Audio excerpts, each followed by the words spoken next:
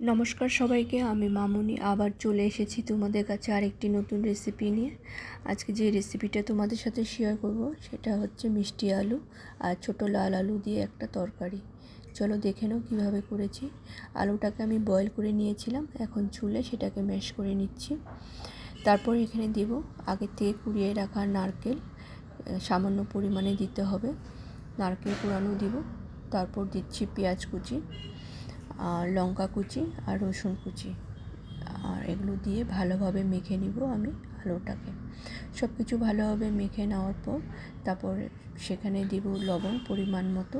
লবণের পরিমাণটা কম লাগবে, কেন কি মিষ্টি আলুটা একটু মিষ্টি মিষ্টি, তার জন্য লবণটা কম দিতে হবে। তারপর দিচ্ছি হলুদ, জিরের গুঁড়ো, ধনের গুঁড়ো, লঙ্কার গুঁড়ো আর অল্প কসুরি মেথি দিয়েছি। তারপর সব কিছু ভালোভাবে মিক্সড করে মেখে আমি রেখে দেবো সেটা। তারপর আগের থেকে বয়েল করে রেখেছিলাম ছোট লাল আলুগুলো, ওগুলো আমি ভালোভাবে ছুলে নেব। তারপর তাতে লবণ আর হলুদ দিয়ে মেখে রেখে দেব কিছুক্ষণের জন্য। তারপর এখন আমি মিষ্টি আলু যেটা আমি মেখে রেখেছিলাম সেটা আমি বড়ার মতো ভেজে নেব। তো ভাজার আগে আমি এখানে দিয়েছি 2 চামচ বেসন, 1 চামচ আটা দিয়ে ভালোভাবে আলুটাকে আবার মেখে নিয়ে তারপর গরম তেলে আমি বড়া ভেজে নেব। তো বড়াগুলো দেখো হয়েই গেছে লাল লাল করে।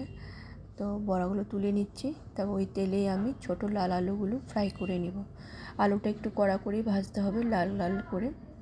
তো আলু ফ্রাই হয়ে গেছে। এখানে তেজপাতা, দারচিনি, এলাচ ফোড়ন দিয়ে আমি গোটা জিরে ফোড়ন দিয়েছি। তারপর একটা পেস্ট বানিয়েছিলাম পেঁয়াজ, টমেটো, রসুন আর কাঁচা লঙ্কা, ওই পেস্টটা দিয়ে দিয়েছি। কিছুক্ষণ কষানো হওয়ার পর দিয়েছি হলুদের গুঁড়ো, লঙ্কার গুঁড়ো, জিরের গুঁড়ো, ধনের গুঁড়ো আর পরিমাণ মতো লবণ দিয়ে ভালোভাবে আমি কষিয়েছি। কষানোর পর যখন কষে আসছে তারপর দিয়েছি লাল আলু ভাজা, ওগুলো দিয়ে দিব। ওই মশলার সাথে ভালোভাবে আবার ফ্রাই করব। যখন ফ্রাই হয়ে আসবে তারপর দেব জল গ্রেভির জন্য। তো জলটা দেওয়ার পর কিছুক্ষণ বয়েল হয়ে আসলে আমার মিষ্টি আলুটা বড়া যেটা বানিয়েছিলাম সেটা দিয়ে দেব। সেটা দেওয়ার পর 5 মিনিট বয়েল করার পর গ্যাসের ফ্লেমটা অবশ্যই কম করে নিতে হবে। বয়েল করার পর আমার রেডি মিষ্টি আলু আর ছোট লাল আলু দিয়ে একটা লোভনীয় একটা তরকারি। তো তোমরা এভাবে করে খেতে পারো। তোমাদের যদি নিরামিষ খেতে হয় তাহলে পেঁয়াজ আর রসুনটা না দিলেও চলবে, ওটা দিলে একটু টেস্টটা বেশি হয়, কিন্তু তোমরা নিরামিষ খেলে না দিলেও চলবে। আর ওপর দিয়ে একটু ফ্রেশ ক্রিম দিয়ে দিয়েছি। তারপর রেডি হয়ে গেছে আমার মিষ্টি আলুর একটা লোভনীয় একটা তরকারি। তোমরা এভাবে করে খাবে।